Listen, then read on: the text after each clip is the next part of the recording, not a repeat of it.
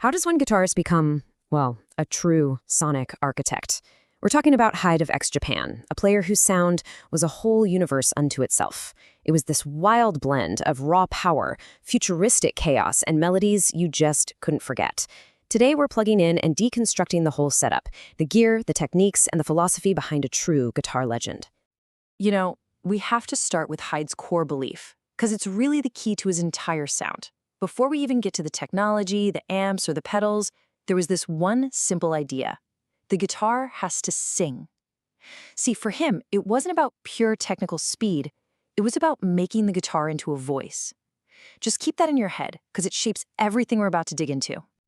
All right, so here's our roadmap for today. We're going to start with his overall vision, then dive right into his iconic guitars. From there, we'll check out the amps that formed his foundation and the absolute universe of effects he used to paint his soundscapes. After that, we'll explore his pretty unique philosophy and finish up with the jaw-dropping commitment he made to his craft before anyone even knew his name. To really get Hyde, you have to see him as more than just a guitarist. He was a sound designer, a sonic visionary who just smashed together punk, metal, industrial, and glam. He wasn't just playing the gear, he was pushing it to its absolute limits to create sounds that, frankly, no one had ever heard before. Okay, first up, let's talk guitars. For Hyde, these weren't just tools. They were extensions of his personality. They were iconic visual statements, especially his legendary collection of custom Fernandez Mockingbirds. First on the list is the Psyche model, which Hyde famously painted himself. I mean, how cool is that? It gives the guitar this raw, DIY punk rock attitude. This thing became his main weapon during that massive Jealousy album era, a totally one-of-a-kind piece of art that matched the music's chaotic energy perfectly. And then there's this, the Yellow Heart. It's probably the most recognizable guitar in Japanese rock history, period. His concept behind it was brilliant. Create this bright, almost playful-looking guitar, and then use it to unleash the most crushing, brutal riffs you can imagine. That contrast, that's pure Hyde. Now, the Cherry Sunburst, that came from a very specific sonic quest. After playing a vintage '59 Gibson Les Paul, he was just blown away by its tone. He wanted to capture that classic sound, but merge it with modern tech, specifically the Fernandez sustainer system for those infinitely long singing notes. It was the perfect marriage of old-school soul and new-school innovation. So looking at the specs side by side, you can really see how his needs were evolving. He went from the raw, aggressive attack of an active EMG pickup in the Psyche to more classic, passive pickups, and then finally integrated that sustainer system for those endless singing notes. Each guitar was basically purpose-built for a different sonic mission.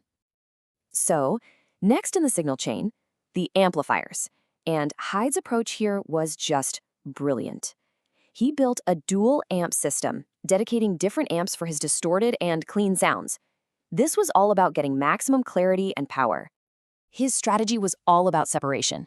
For his distortion, he used those aggressive British amps like Marshall and ENGL to get that powerful cutting tone.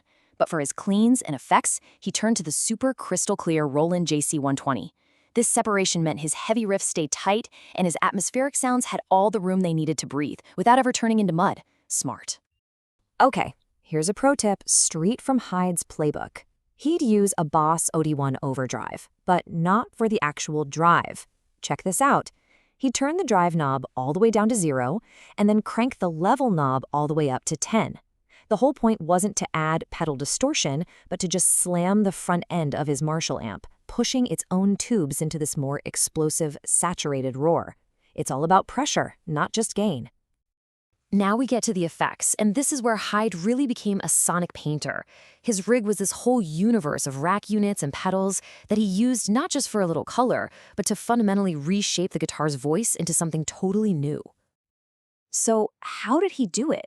Right? How did he create those soaring, pitch-shifted solos, the swirling psychedelic textures, and all those glitchy, chaotic noises that became his signature?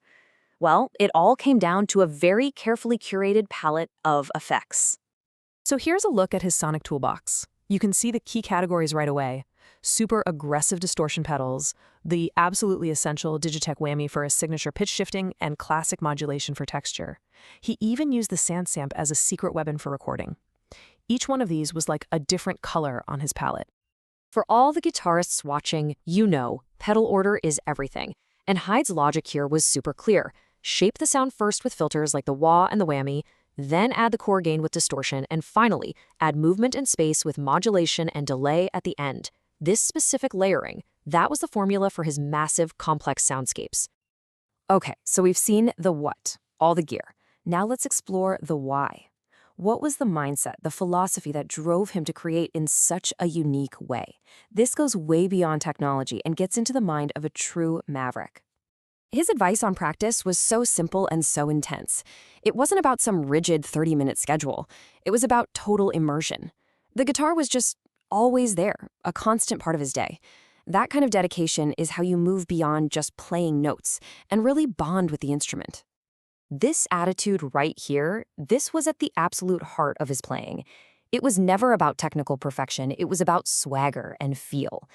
He believed a note played with passion, even if it was slightly off, was way better than a perfect note with no soul.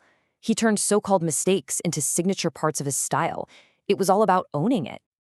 You know, his sound makes perfect sense when you see his influences. He pulled songwriting from Iron Maiden and showmanship from Kiss, but then he blended it with the raw energy of punk bands like The Damned and the dark, atmospheric vibes of goth bands like Bauhaus.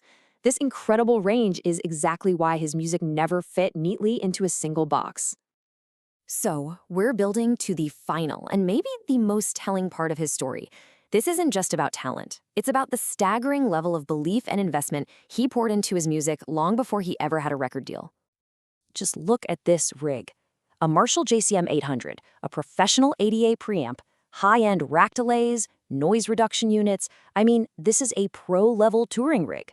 And this is what he was using in 1988 at just 23 years old, before X Japan's major debut. This was clearly not a hobby for him. So take a guess. All that gear, the amp head, the rack units, the pedals, the armored road cases, the whole shebang. How much do you think a young, unsigned musician invested to build this professional weapon back in 1988?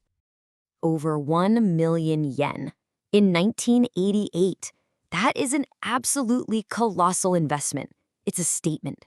It says, I am not hoping this works out, I am making it happen. This wasn't just buying gear. This was a down payment on his entire future, a declaration of his own self-belief. In the end, that number, it's not really about the money. It's about commitment. Hyde's sound wasn't bought, it was built. It was forged by absolute, uncompromising dedication of time, passion, and, money to create a sonic identity from the ground up. And that really just leaves us with one final thought. What are you willing to invest to find your own unique voice?